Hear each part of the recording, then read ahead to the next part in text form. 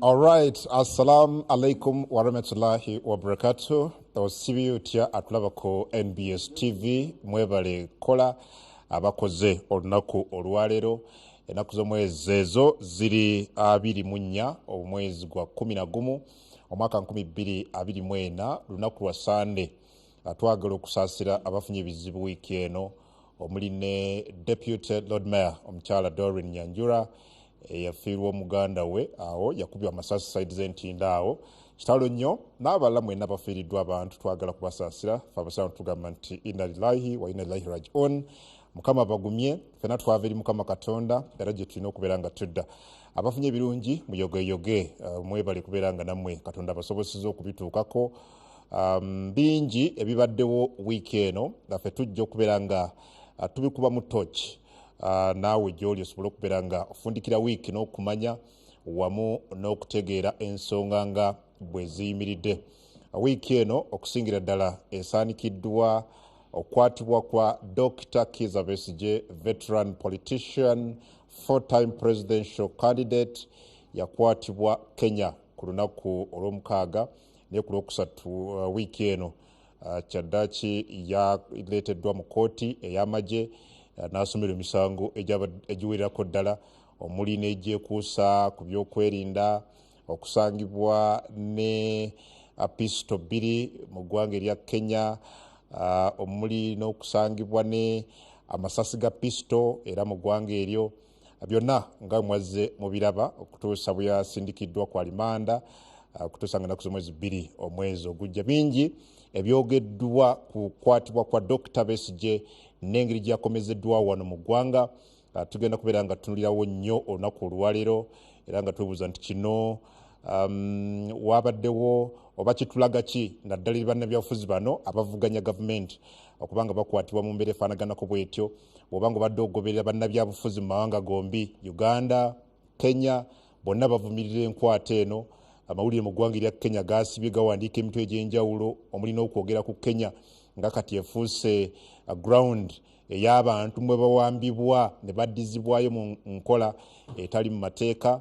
Ne wano mwalabi Minisita Chris bali omunsi wa ICT nga tugaa nti tekisoboka kubeera nti Dr. Besigye asobola okugenda rather asobola okukwatibwa ng'authorities mu ggwanga erya Kenya tebamanyi, naye ng'ate Kenya bw'owulira abakulembeze baayo be boogera abamu baga nti ffe nga Kenya tetukiinaamu mukono mu mbeera bwetyo. Nayogera amazima ani alimba.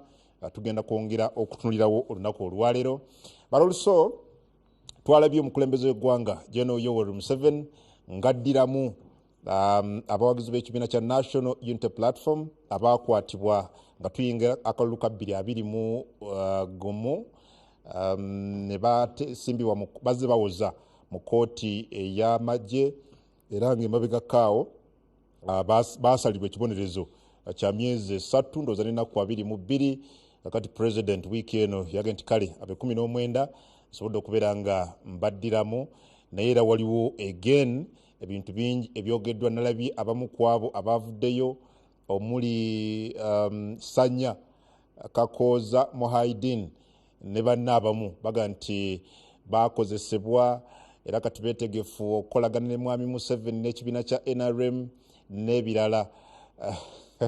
So ebyemu ku ebyo balolusobo ogobera ebigenda mu maaso mu Uganda Law Society nayo biwanvuko kubanga nabadde ndaba secretary waabwe ng'afulumya ekiwandiiko nga bafuumuula president w'ekibiina ekigatta bannamateeka mu ggwanga ekya Uganda Law Society Isaac Ssemakadde n'amumyuka ku bigambo Isaac byayogera emabegako awo ku omukyala Jane Francis Abodo DPP wa Uganda.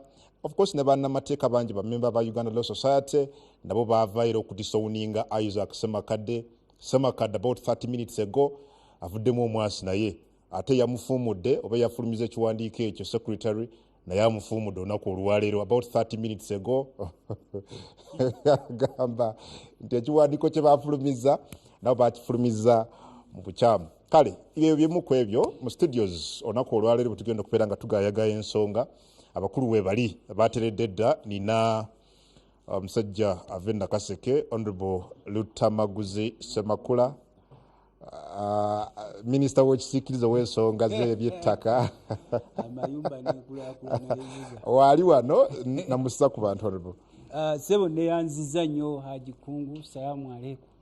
Nzikiriza okubuuzaako ne be tuli wano naddala okubuuza ku bantu abansindika mu palamenti, abantu b'Essemuto mbalamusizaako nnyo, bannakapeeka, bannakaseke, Kaasaŋŋombe. Enkuba etonnya ndowooza emuyitako kampu Lutamaguze Kaasaŋŋombe, mutulaba twekalakaasiza mu nnimiro. So abavubuka mbakubira omulanga ebyobufuzi weebiri, yes bigendemu naye ate ng'olinayo kw'oteekateeka ebbali okukola. Njagala kukulisaayo nnyo mwenna abaaniriza Bishop waffe nga azze ekijaguzo.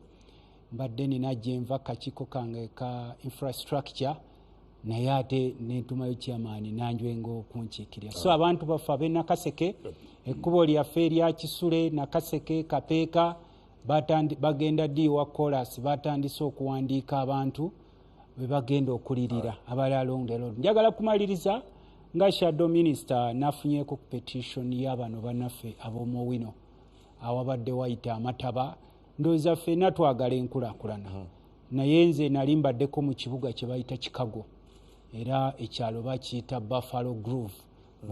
Okivuddemu eyo amazzi gayita wansi, then omugga guno gumala okuyita wansi ku kibuga wali eri then ne baba developing. Kati kyensaba aba KCCA ne tiimu ya HAM omugagga HAM Kigundu, nze nga shadow minister wa lands housing and urban development, petition gye twafunye nti mukwatagane mu developing ekibuga kuba abantu kye twetaaga is a decent city sintala. Ate n'abakesisi ekye tubasaba mugenda ne mu approvinga plans naye ate ne mutazinnyonnyola abantu nti twaprovinze plan eno neffe kye twetaaga ekibuga mu kideveloping.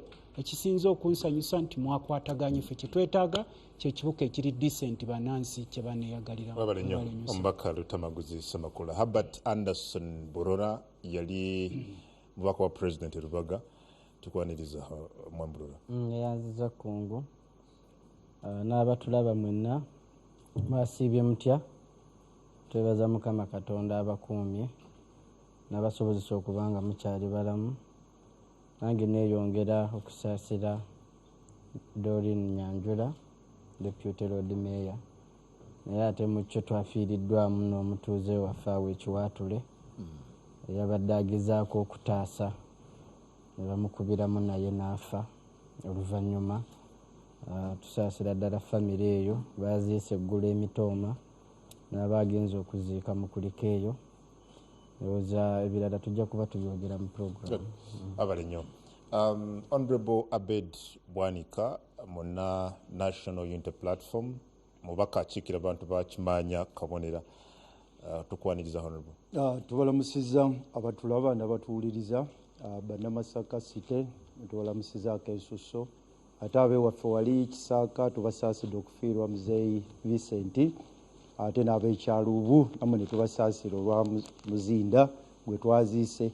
Nzikiriza nange ngate eddoboozi lyange ku ly'abalala nga nsaasira mwannyinaffe Deputy Lord Mayor olw'okufiirwa mwannyoko kitalo nnyo. Abewaffe Masaka n'abalala abalaba TV eno twongere okulima emmwanyi, togwa mu katego k'abantu n'abalabye batambula bagezaako okubamalamu amaanyi okuva ku mmwanyi, temugwa mu katego kaabwe. Abamu aboogera tebalina wadde n'omuti gw'emmwanyi n'okugimanya nti eno bagiyita alebika eno nobasika akakatono tebakamanyi, naye n'abalabye batambula batandise okwetolola ebitundu byaffe nga babalamu amaanyi. Musimbe emmwanyi enkuba ekyatonya. Tukyanza nnyo Honorable Abed. Mwami Rogers Mulindwa muna Igo, tukwaniriza Mwami Mulindwa buliza ku bantu tutandikirawo olunaku olwaleero. Okuyigako ku lwawo Honorable Rogers Mulindwa naye kale kyonna kye kiri abagenyi baffe tubaaniriza ate Mukama yeebale bakuuma. Olwaliro nfunye ekyekango, waliwo essomero lyaffe ku kitundu baliyita Golden Hearts Primary School. Omuvuzi wa kana kamotoka ka tipa aka elefa tutidde abayizi babiri abadde ku ssimu okusinziira ku bamulabye. Essomero liyina Luvulaawo mu Wakiso, abaana batambula ogenda ku sports day yaabwe n'alemererwa okulinnya akatunumba naye ng'ali ku ssimu. The vehicle rolled backwards ekiyambye nesangawo enkonge nyizeeko benyiga babiri ne bafiirawo n'abalala batutte embeera sinungi nokyo mwami Lwanga Civil n'omukyala twagala obbasaasira abazadde abafiiriddwa abaana mukama abagumye ate n'abali mu malwaliro bawone naye bannaffe ababuloole kaloole ako ke kamu kaali kasseho nalebo namayanja oli yasala busazi bukkubo ka elefu nekatomeragana n'emmotoka kibi nnyo naye wiiki eno tugenda kutandika kye tuyita digitalization of our register bamembers mumanyi ab'NRM twajja nituwandiika miliyoni zaffe 18 zayogezanga abantu abwama ekyo kye tuyita membership register nti buli muntu akkiriza mu NRM okuva ku myaka 16 twakuwandiika kakati we are going to do what we call digitalization tugabanyiza eggwanga mu zooni za 24 tumaze okugula kompyuta na buli byetaagisa tugenda okuyingiza amannya mu kompyuta mu bitundu ebyenjawulo naye kuno si kuwandiika bupya bantu naye kuyingiza biri oluvannyuma tujja kukola display muri obukadde bumeka 18 members it's not a voter register kyekitawaanya balutamaguzi yes the voter register will be extracted from the member register kakati member register buli muntu alina emyaka 16 nga akkiririza mu NRM twamuwandiika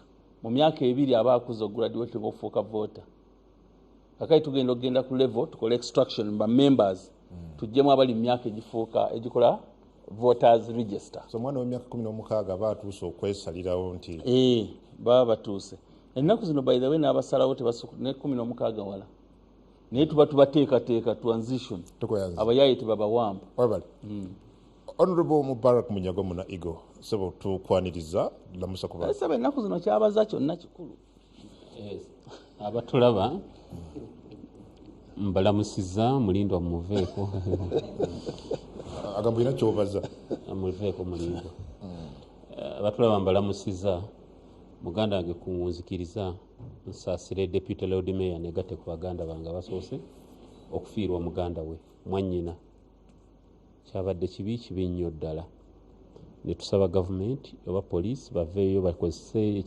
bakole ekisoboka kyonna abakoze ekikolwa ekyo bakwatibwe bavunaanibwe ensonga eyokubiri nzikiriza njozaayoze muganda wange General Bigirwa Moses okukuba emisomo olukumu mutwe yewangulidde degree mu kikula ky'abantu n'ebyobukulembeze mukulu Bigirwa Moses tukuyozaayoza webale nnyo webalire ddala. Good. Well, Honorable, njagala kutandika naawe olunaku olwaleero given your relationship ne Dr. Kizza Besigye olunaku Dr. Besigye lwaliitibwa mu kkooti lwali lwakusatu nali naawe gwe wasooka okumpa amawulire nti bamuleeta mu kkooti in the next 2-3 hours. Lwaki okukwatibwa kwa Dr. Besigye e Kenya no subsequent return wano mu ggwanga wamu n'okutwalibwa mu kkooti y'amagye kitaddewo obunkenke n'okwogeza bangi ebikankana? Neyanziza ekisooka abatulaba njagala mbayo history mutono. Simanyi ki President Museveni kyafuna mu kusiba ku Dr. Besigye ebikolwa bya kiyeekera na bya butujju. Sikimanyi. President Museveni bwe kituuka ku linnya Besigye ayagala nnyo alaga abantu nti mutujju muyeekera muzwasa etc. Simanyi lwaki. Abatulaba bakimanyi Dr. Besigye yava mu magye mu 1999 yalina emyaka 44 oba 43 n'ava mu magye.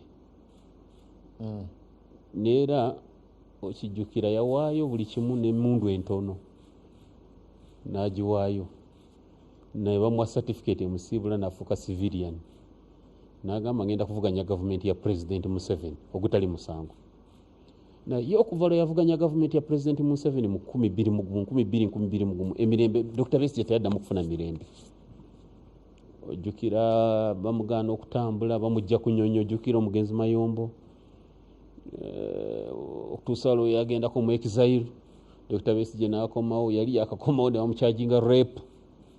Obijjukira bulungi ogwa rape bwe gwaggwanga kooti egugobye ngamba tewali bujulizi bintu bya musango mipaatiike.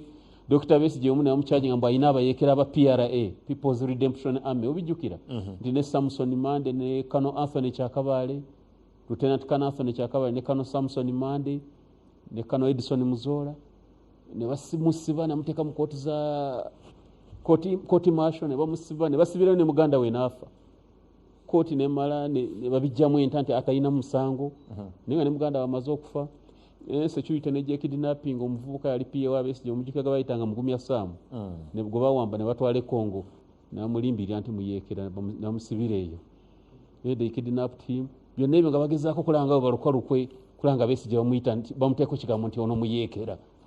Dr. Besigye njagala batula bamanye yazza omusango gumu kwesimba kuba president emirundi ena n'abuwangula ne bamubba gwe musango gwe yazza kuwangula mirundi ena. You see, I want you njagala program eno tokkiriza mwe mulinda ku distractinga Dr. Besigye abatulaba njagala tutikanye yazza omusango gumu gwayinanze gwendaba mukulu munira ajja tubulirayo omulala kuwangula kalulu mirundi ena akuba president nga bamubba pozi n'atalwana mpozi kye bamunenya because for example kati in this particular case Honorable Munyago yes.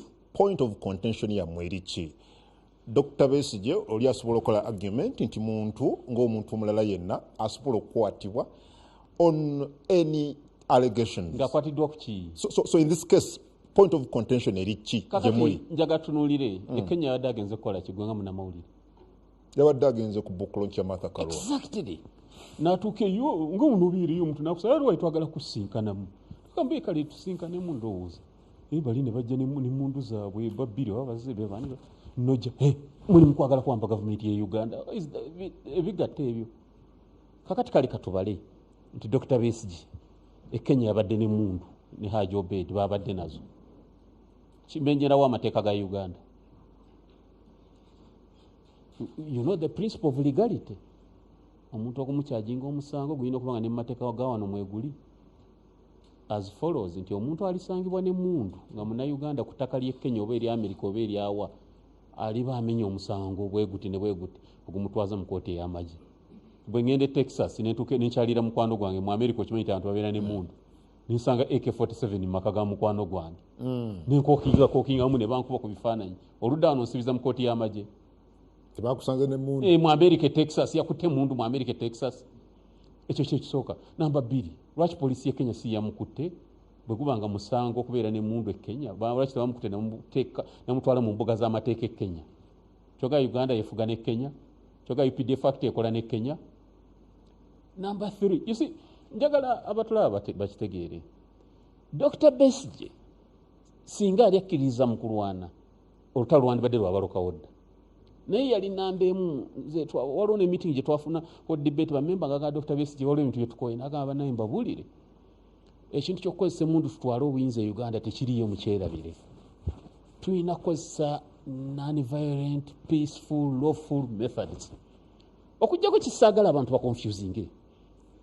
Dr. Besigye yagaana okuddamu okwetaba mu kalulu ka President Museveni olw'obubbi yabbibwa emirundi ena akasembayo kali outright Victoria twali tuwanguza margin nene natubbibwa emirundi ena kakati n'agamba akalulu ka President Museveni ketaba muteka kyakola makulu. But there are so many other legitimate ways zetusobola okukyusa obukulembeze ezogerwako mu mateeka naga byenzizeeko neera kyesaagala abantu balimbe kyesijja kulimba wano. Dr. Besigye abadde 24 hours anoonya amagezi bannayuganda balinunudde batya naye bino ebyemmundu ebya NRA President Museveni ne bane babisobola abatali patriotic. Dr. Besigye is a patriot n'abantu abalala ffenna balina tuli patriotic teri alimbya mmundu ebyo. Kazire wa Rogers Mamulindo there are questions abantu babuuza eno yabadde deportation yabadde repatriation kwabadde kukwata arrest kyabadde ki. Ekyokubiri mwami Munyagwa akugambye nti your government seem to be witch hunting Dr. Besigye. Ebintu bya muganda wange Munyagwa ebimu ne bwe batobimaliddeko budde n'ababiraba nti alimba naye nze kyemmanyi RCSO yali nnyo mu security ajja kumbuulira naye tebayinza kujja ne bakukwata nga tewaliiwo nsonga. There must be something. ate guno si gwe mulundi omubereberye nga Kano Kizza Besigye bagenda e Kenya. Bantu batambula bulijjo. Ndowooza ekikwekweto ekyamuleka kyali alina okugendamu kyekiri kye bagendamu ne badisplayinga abantu. Actually oba yaliyo mwe badisplayingira abantu nti baali tortured by government nga abamu bagwa ku accident e Busoge. Ekyo bandaza era yagenda akati yagenda naye atambula bulijjo neera bulijjo tebamukwata. Kitegeeza nti wateekwa kuba waliwo something. Bino omusajja akola omusango okuwangula gavumenti Kano Kizza Besigye ne Muhono Munyagwa akimanyi tawangula nko gavumenti eno mukulonda. Era yagenda okivaamu ng'akigezezzaako n'alabula n'abaddako nti temuyinza kusobola Museveni. Omusajja alina abantu be. Era bino byowulira kati ayogera birungi nnyo n'agamba nti bannange emmundu kubanga intelligence officer yava mu gavumenti eno ng'emmundu ze tulina azimanyi. N'alabula abantu nti temusobola kugenda ku musajja ono ku bya mmundu oli jeno. Waliwo akayimba ke bayimbanga bano toka kwa barabara kana ameingia nga naffe tugamba towa kano yako jena ameingia. Kakati kana amanya jeno byazitowa naye byasobola okutegeera asobola okumanya naga nti tekijja kusoboka. Kati nze ndowooza nti tugenda kukiwa obudde. My only concern ne gavumenti yange kiri kimu kyokka nti Besigye akwatiddwa emirundi mingi naye tewali musango gwali gumusinze. Ekyo tekikakasa oli kyakugambye ekyo kyenjagala gavumenti yange emisango giyinza okuba nga gimujwetekebwako bujwetekeze. Anti oluusi by the way n'emisango mizibu. By the way si buli awangula omusango nti yabeera omutuufu. Ate si buli gwe gusinza nti yabadde omukyamu. Kutemwa mulindwa tekikwewunyisa nti wali n'ogumu gwali bumusinza. Nanga anti kati nkugambye nti kyenjagala gavumenti yange to address nti kuno ddala bw'aba alina omusango bamunyweze. Naye nze ndi 100% sure nti is going to walk out free. Because talina musango. Kati ebyo bye tutamanyi. Kyovula kati bwe tubeera eri mu bantu baffe ng'omulala akugamba nti Rogers Mulindo oyo musajja wammwe mwayagadde mukomyawo mulayi. Timuga tati kati ffe tumukomyawo tutya ffe tumuyita tutya.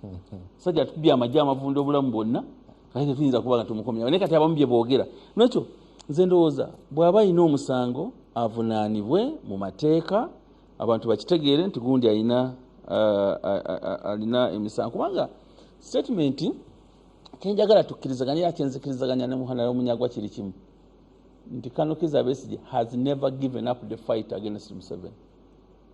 He has never. Ayinza okuba akugamba nti I'm not going to contest but he has also told you nti abadde buli kiseera ayiya magezi ajjako atyani President Museveni. This is a statement from a very close ally of Kano Kizza Besigye.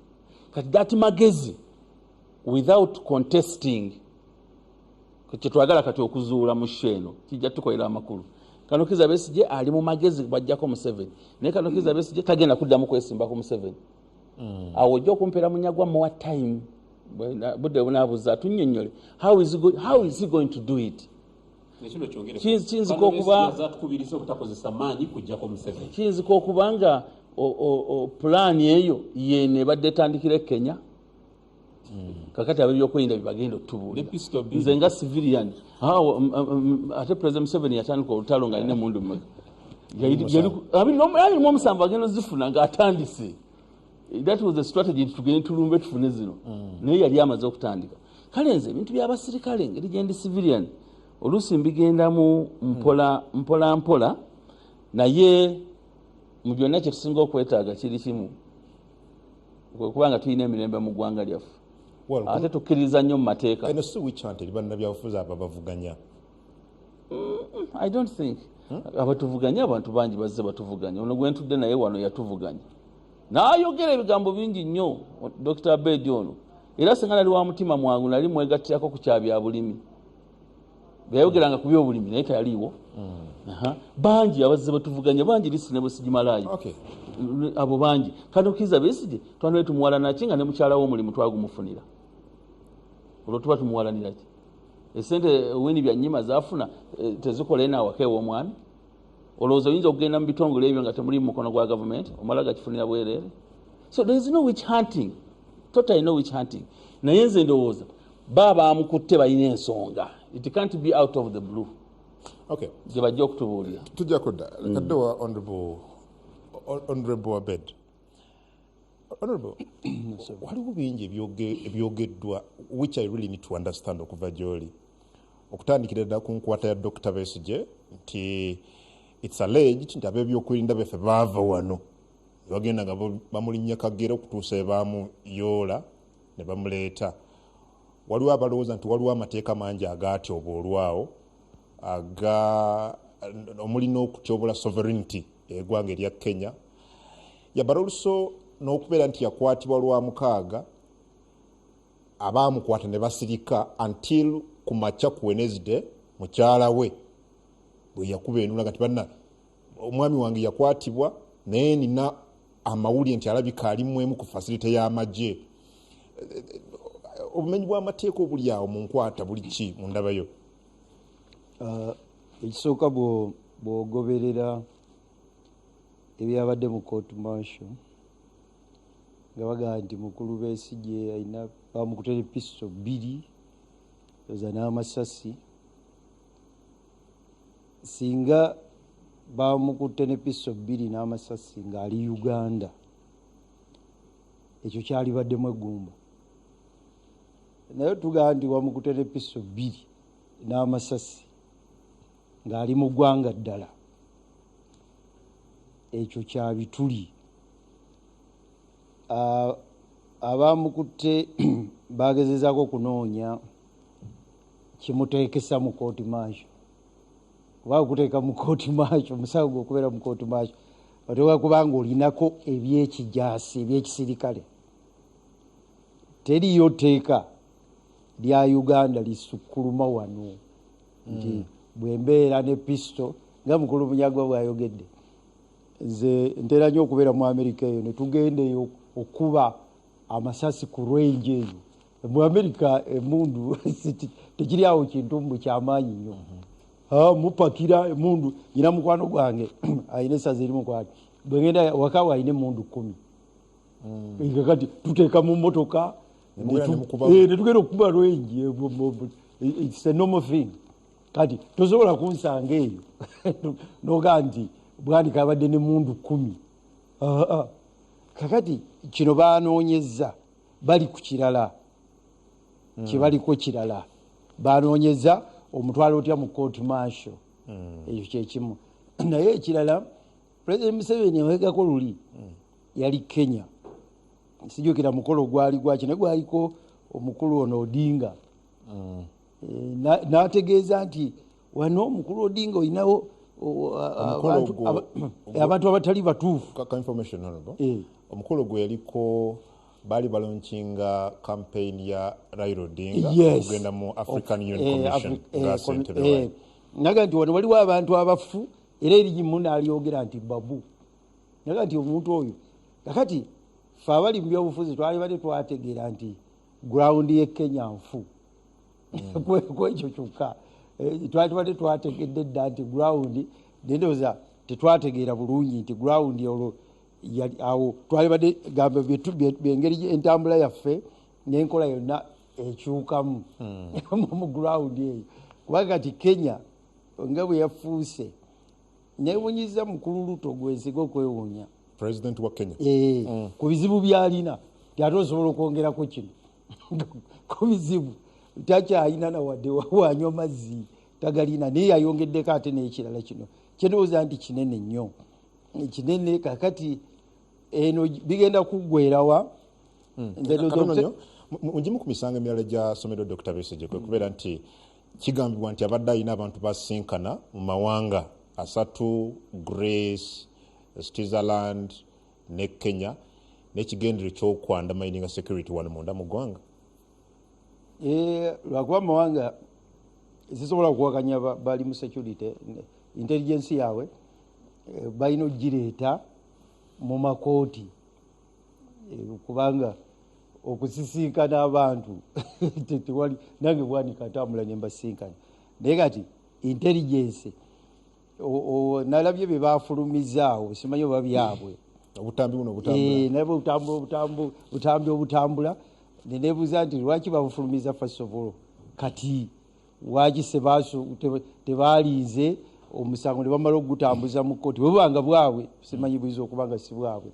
Naye nze kyendowooza be bakwata 36 kati bali bagenze Kisumu ndaba balinganga bagezaako okukwataganya Besigye n'36 n'abalala ndaba balina kyebaluka naye kitegeera obulungi nga Besigye bamaze mukomyawo ate mu kooti kuba wano walabye omukulu akulira kooti eyo nga Brigadier Freeman nga talina wadde nakiraga nti naga nti mukulu alina akagambo keyayogedde awo naga nti mukulu Lukwago byayogedde mbitutte nga biri serious nnyo naye emabega waakyo ng'olaba nti tabitutte nti biri serious naye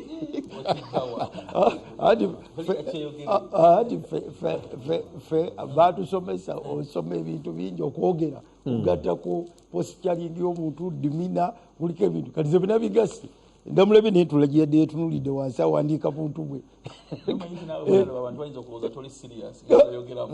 nkuwulira nze bwe namulabye nze njogera bye nalabye kati nendaba emisango gyennyini nekyebaliko ekya Besigye tugenda kitegeera ng'akomyewo mu kooti si luno badde baataddewo kintu kimutwala luzira kimuteeka mu kooti manso naye ekizibu seboze nga ningawumbawumba ku nsonga eyo kubanga obugazi bwayo tukyagirinze wali ekizibu kye twafunye ye Kenya natandise n'okweraliikira ntiza okuba n'ensi endala ezitwetoolodde nti balaze nti tebakkiririza mu mateeka n'agaabwe gennyini nti omuntu basobola okugenda e Kenya ne bakunona nga bakwetaaga bino ebyokuba nti tulina enkolagana n'amawanga ag'enjawulo nti omuntu basobola okumugjayo ekyo kirala kuba tebamugjayo mu nzijjayo eyo nga gye bakoze eyo yaddemu ekigambo namulidde mukulu Besigye teyakyo okubano zayadde mu kooti yakiyisa arrest yatujje ku kigambo kidnap ye nyini akibatiza arrest nebo bw'okitunuulira ndaba kimenyera ddala amateeka kimenya amateeka nti emisango gye bamuvunaana teyagikoledde wano ate n'ogenda eri nokimayo kakati kyaleese entiisa nti Kenya ebadde safe haven abantu badde bagendayo ne batambuza emirimu mu bintu ebyenjawulo kakati yafuuse yakweraliikirira abalenyo honorable well bwana Anderson wali mu security ebbanga eriwera bw'otunuulira ekyatuse ku Dr. Kizza Besigye honorable akikonyeeko jurisdiction ya court martial ekomawa amateeka agafuga court martial gakola ne Kenya ne omuntu okusangibwa n'ebyokulwanyisa ebweru wa Uganda tugeze honorable Bwanika kuwadde ebyokulabirako amateeka agaffe wano gamufuga well ekintu kya Besigye kikya confusinga kubanga okusooka twamwekanze Uganda ffenna enzijja gye yajjamu ngeri gye bamukwatamu ngeri gye yatambulamu byonna lugero but Besigye ne banne bo bamanya ekituufu but the interest yange weeri eri awantu wamu amawanga gabeera n'enzikiriziganya naddala ku byokwerinda buli embassy weeri eba eyinako atakewaayo either wa military no office zonna ezisinga ku embassies zibaamu intelligence officers for which n'amawanga amalala galina engeri gye gakkaanyaamu ku ngeri ki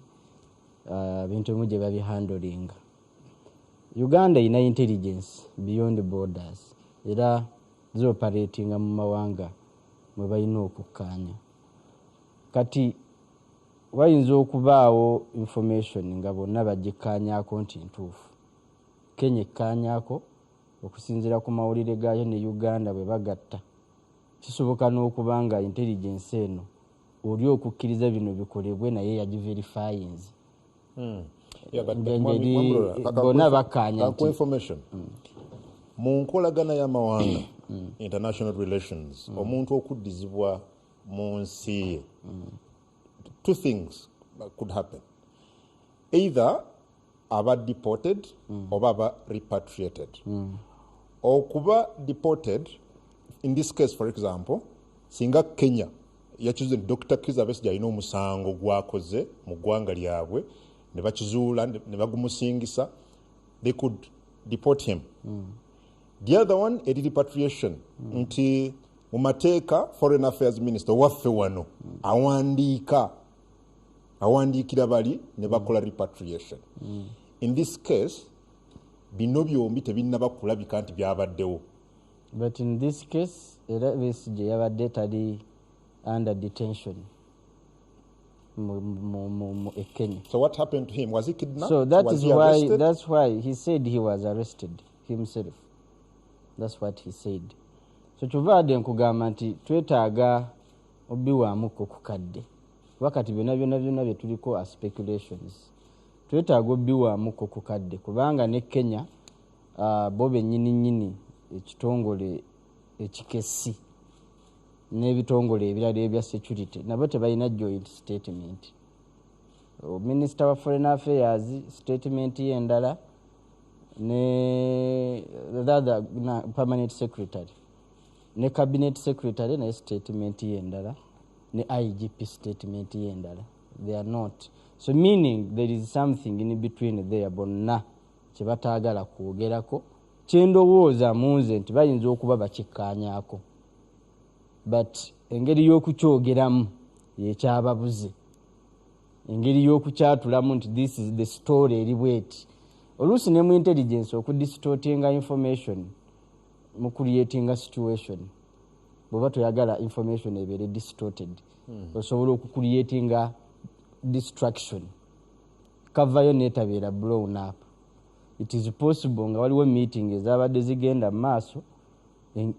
It is possible sigamba nti kyabaddewo nti waliwo oba oliawo meeting ezibadde zigenda mu maaso naye nga bakyalina information gye bakyetaaga ne basalawo okukihandolinga in a manner that they don't want to blow up the cover nga bakyalina bye banoonya.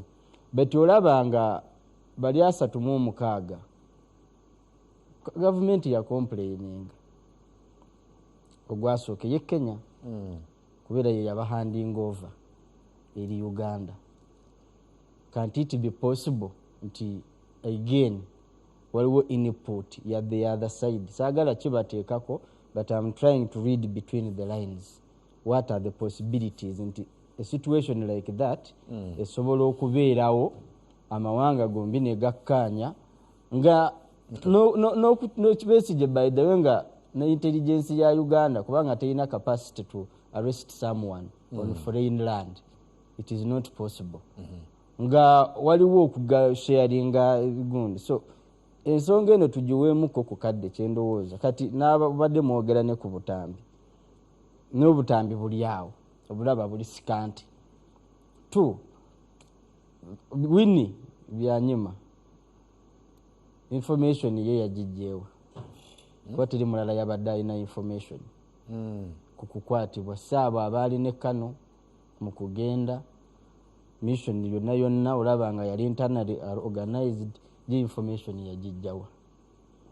Katujja kulabira ddala ng'ebikyabirimu ebyo byonna ebyetooloola ojja kwekanga ne Munyagwa yategeera Lwakusatu Kano waali obanga yategeera ku Lwokubiri awo naye okuva ku Lwomukaaga gambe Lwamukaaga awo wonna nga tewali amanyi kiki kyali kigenda mu maaso.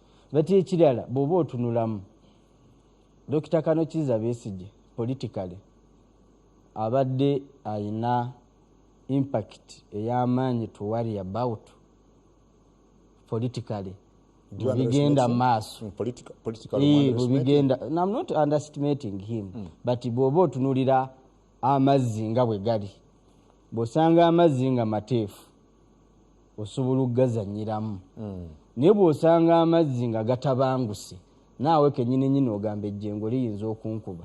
So okusinziira ku byobufuzi bwe bibadde mu Uganda tubigeraageranye ku Besigye n'embeera ebaddewo mazzi mateefu mazzi matabangufu.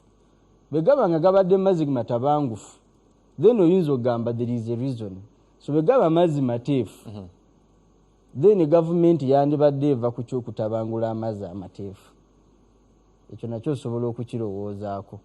Then wendabira ekirala nti wendowooleza nti wayinza okubaamu excesses oba oliawo is how tugeze kale President Museveni oba ne gavumenti bajjawa audacity egamba nti ono omusajja okusinziira ku bigenda mu maaso tulina mukuumira mu kkomera. So bwe mbitunuulira ebyo byonna nze ndaba nga waliwo missing links nnyingi. Mukama tusabe Katonda atuwe ku kadde tulabe what is the outcome oba oliawo n'ebirala bijja kujja mu maaso. Balinga ngenda okuwumulamu Honorable Lutamaguzi ensonga za Besigye. Historia omu yawandiika n'agamba they have learnt nothing and they have forgotten nothing. Ebyo abasajja bano bye bakola naddala abava mu nsiko z'eruweero si bipya era mukyeyongera okulaba bingi nnyo kubanga this is their game. Era game eyo bagizanyanga n'obote lwakuba obote waze civilian nga tagitegeera. Abantu abasinga ne banenya obote but with the time tugenza okwekanga naddala us who come from Buganda. Obote tumunenya nsonga eki yali yakwatagana ku luli olulangira lwe yakola. N'ebino ebisigadde these were the major players. Mwami Museveni kyeyerabidde nti tetuli mu 86 abantu gye babeeranga nga babongoota buli step jazzaako tumulaba nga bwe yali azanyidde ku Kyagulanyi alina emmundu bambi ne bavaayo bonna ba state operatives deep state agents bonna ye Kyagulanyi alina emmundu ne tumugamba sebo n'ofa kimunonga ne tumubuuza n'essaawa ya leero emmundu gye wasanga ne Kyagulanyi wabikomyawa kuba ffe tukimanyi nti at this time they are panicking. Tebamanyi kiddako ne we bali tebamanyiiwo. Eggwanga lyonna balinya gguludde liweddewo abantu babakyaye abavubuka babakyaye kati even Museveni fears his own shadow. Niwe kiyitaaga wewe nani nibamugaa muzeeyi ekyo kisiikirize ekyo kyokanga kakati omuntu bw'atuuka okubanga atya n'ekisiikirize kye bingi bikyeyongera okubaawo. Era waliwo ebintu bano betuzanyisa bano bazanyisa obugologosi bwe bazanyisa. Besigye twamusanze lemundu n'omubuuza wano osobola okuyitayo ku migration ffe ne bw'oba n'ekikwanso bakuzaamu mukuuma ne bakugjamu omusipi ne bakugjamu n'omugaga kano kapeesa bakakolera ku mpale tikatukalabe mbu ne batuuka ne ku migration y'e Kenya nayo neebongoota mbu nayo neemuleka. Kati ebino byonna musobola bizanyisa bano betuyita bannakatemba b'ebyobufuzi bazanyisa kubanga bo babeerawo kwogera. Naye Museveni ky'olina okumanya gwe nga munnamawulire waliwo byatidde. He thinks now himself and his group are candidates of exile. Era ffe kyetugamba nti gy'otega amaggwa ojja gasangayo Sseruganda gy'otega amaggwa eyo ojja gasangayo kubanga bonna bamwetoolodde kati beeraliikirivu nnyo bye bakoze bannansi. Ekiddako tebakitegeera balowooza are they going to exile? How will they leave their properties years zino zonna ze bakuŋŋaanyiza for 40 years? Kati ebyo be batandise okuzanya Besigye oyo gwolaba enkola ye ebadde erikkiriya ali resistant.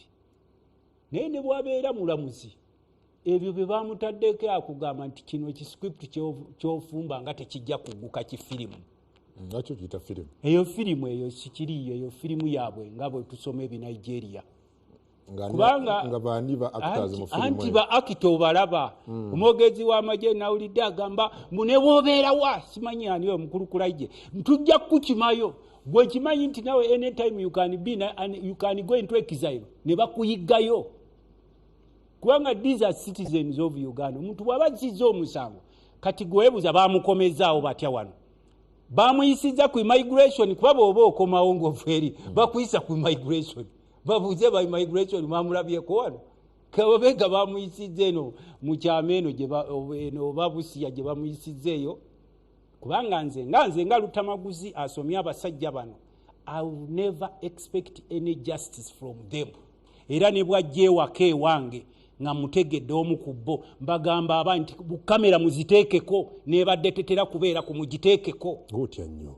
Sikutya ffe tubategeera ffe tubategeera kubanga gwe Museveni kyatakugamba nti buli walo Besigye bamusuubiriza nti akuŋŋaanya buyambi bwa ssente si bino bya mmundu bino nawe bajja bikuteekako nga boolaba nga bano abaana boolaba bajjuza aba NUP mu makomera twabasanze n'ebyambalo n'omubuuza tulage ku kyambalo ky'amagye kye bamusanze nakyo nti akakofiira kaliko people power n'okawo wa milita nti enkofiira yo milita nagayo enkofiira yaffe oba otegeera ne bateeka obunanka bw'amasasi mu maka g'abaana ne bakomawo ne babagamba nti ate mukome omwogere ojjukira kino ekivubuka kye bayitanga Mwesigye kye bazanyisaako firimu emabegakawo kye bagamba kigendogayo nti bakwokeza paasi kyakomawo ne kigamba tebansasudde bano abasajja babi nnyo era nkirabye bwe nsoma layini zaazo zifaanana na kino ekivubuka ekirala ekiri mu kusamula ebigambo ebiyitirivu ekyakava nakyo mukomera